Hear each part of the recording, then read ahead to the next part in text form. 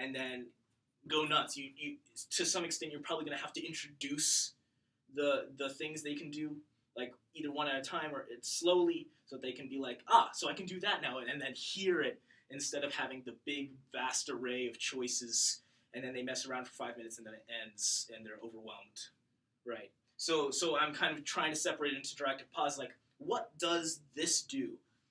What is why would you give them this tool set, and how does it change the music for this amount of time? And then maybe you can discuss how it would transition into the rest of the song.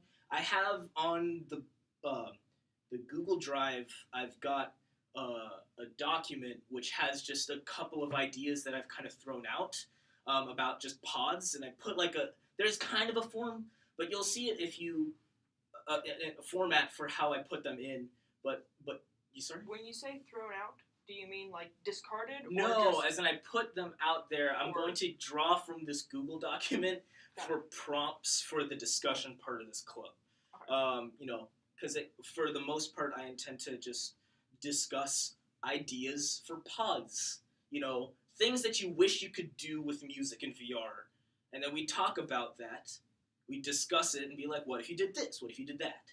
And then and then we move forward, and then we kind of develop ideas, develop themes. We just talk about ideas for things, and if you want to use them, sure.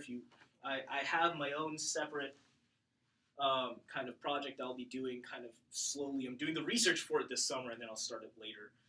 But I'm kind of working through that. So maybe you join my project, or do your own project, or just figure out this is kind of I'm trying to discuss an entire genre, and I cannot possibly claim ownership over interactive music videos. I want to establish a group of people who like it and think about it and discuss it with each other and inspire each other to do their own thing. So it's just, yeah. So to describe a pod, things that you can think about, I have a list. There's non-diegetic music, which means non-sourced music, which means music that plays no matter what you do in your ears. Call it God music, as some people do. There's triggered sound effects, like when you use your baseball bat and you whack a thing, and music plays from that. That's like a triggered thing. Another piece of the music could be continuous control, whereas depending on the level where you have your hand, the music does different things. Depending on what the angle at which you look at a thing, the music change. Continuous control. So there's kind of 3 levels of things that happen when you hit something, and things that kind of constantly measure what it is you're doing, and then there's just God music that's just playing the entire time, and it helps to structure the experience so that no matter if you just do nothing, music is still playing. I mean, some kind of music is still playing. It doesn't have to be super complicated, but just something to tell you that it's not over. The end hasn't happened. Visuals, again, I have less experience with this, but environment, whether it's static or not, what kind of things are happening around you as you're controlling this movement or controlling this music. Game elements like objectives. Again, we're making games, so it's entirely possible that you have objectives or enemies that you have to destroy or whatever. The way I intend to go about interactive music videos is you can't lose them, but that does not have to be the case for everybody. Maybe you want there to be an element of, it's a music game, so you're trying to kill enemies with music or whatever. I'm not going to be focusing on that, but that leaves it open for other people to try and focus on music-related objectives. And then story, again, like I described, describe possible transitions, themes that would be present in this pod that could apply to the rest of the music video, and why the user wants to engage with it. So yeah, and the next, this slide is the club structure. So I intend to kind of have 30-minute presentations, or maybe 20-minute presentations, just on a thing that I researched over the week that can be used. I'm going to draw personally a list of things I do not know and intend to research over the summer, and then I'm going to make myself kind of assemble a presentation on it just as a prompt, and then we'll have 20, 25, 30 minutes of discussion about pods and other aspects of VR and things that you want to be possible, things that you want to do, projects that you might be doing that are related to this, depending on who shows up or what kind of things you end up being inspired to do by this club. And I have my own separate project, like I've been mentioning. I'm mostly going to be doing research this summer and kind of assembling quickly like a WISE file or WISE project that kind of reflects the kind of things I'm trying to do. And then as I learn more, I'll start like speeding up. But I don't have a perfect timeline set up for when that'll happen. But that's what inspired me to make this club. Is I want to talk with people about the things that I'm researching and discuss possibilities for their applications. I think that should be it. Yeah, thoughts, questions. So this is we're going to transition into discussion.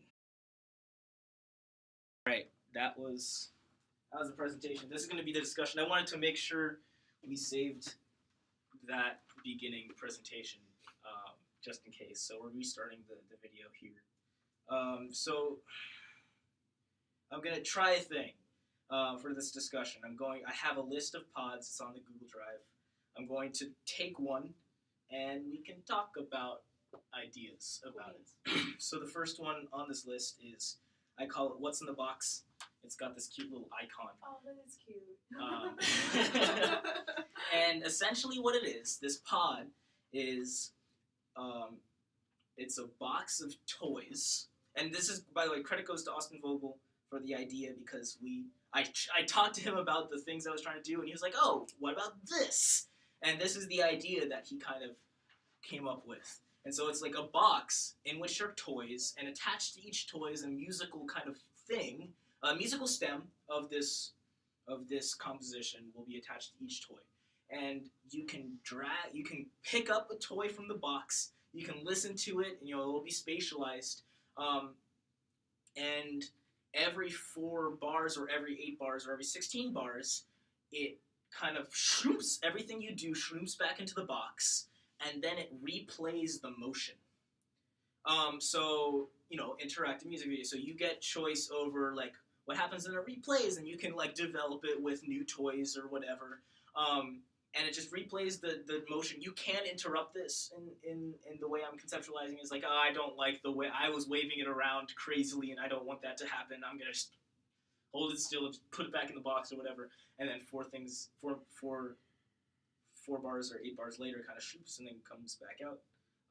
So when you say it sloops, like it's technical term. Technical term, slooping. It when the thing sloops, I mean, obviously there's no way to have. So when you're talking about that slooping, I just really like saying the word.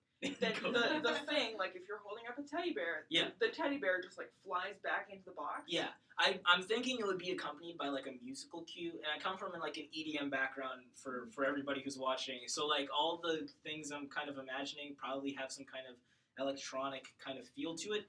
That doesn't have to be the case, and probably interactive music is probably going to be better the more diverse the genres are.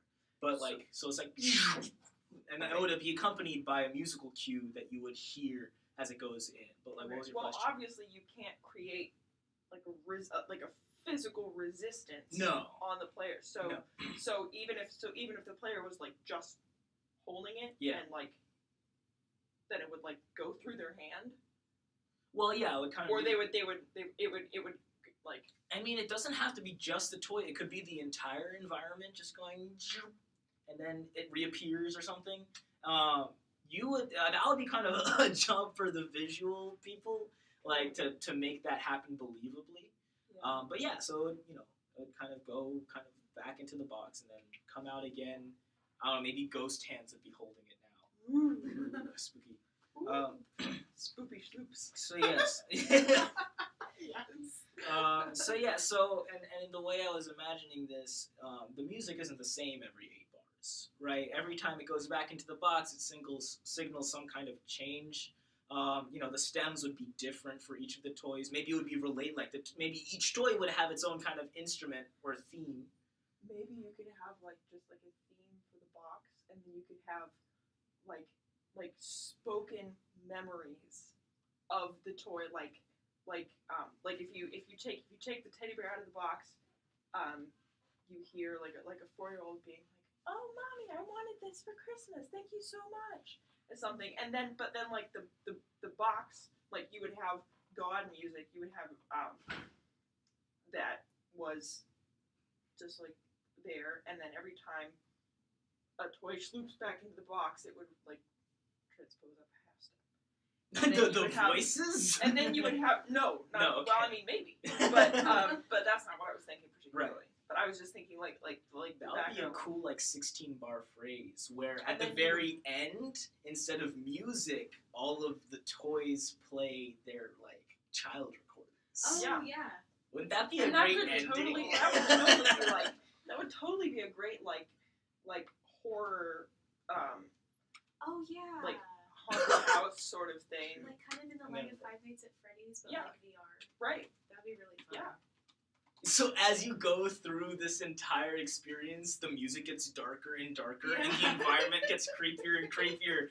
And at the very end, there's a bunch of children screaming, "Silence!" And then the toys float up in the way that you were discussing, and all of them have children telling the stories of their deaths. Like the children telling the stories of the. Yeah, maybe they're like in this kid's voice. It's like, and then the big bad man ate me up. Or what, I don't know. I'm not a horror movie writer, but you could probably. I think that would be hilarious. That like you start off with this box of toys in the middle of the room, and you're in a kid's room, and it's all like decorated like a kid's room. And as you every 16 meters goes, and there's like a big flash or a blink or whatever, and maybe the room gets smaller or something, or like the walls get darker. With my little brother, and I found something. It just went.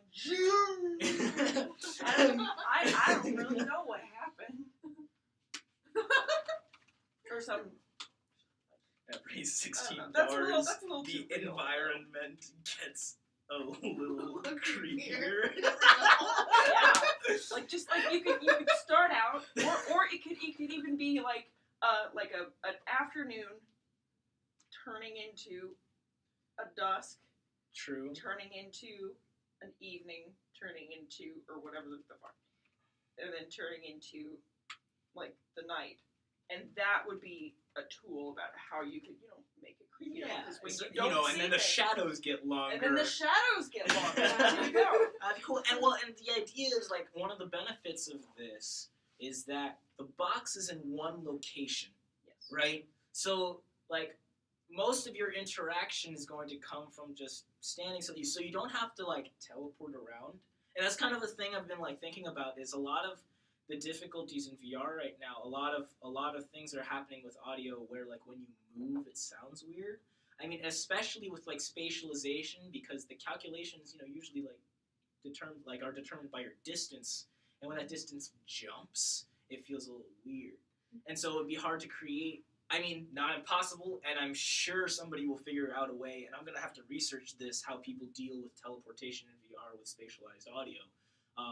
But if you're trying to make like a kind of produced song sound, when you have things jumping, it's a little jarring. Right. So a lot of the ideas that I have on this list involve standing in one place and messing around with things around you as your environment changes and adapts to give you different tools, rather than you having to find tools around the area, because that way it takes out a weird factor.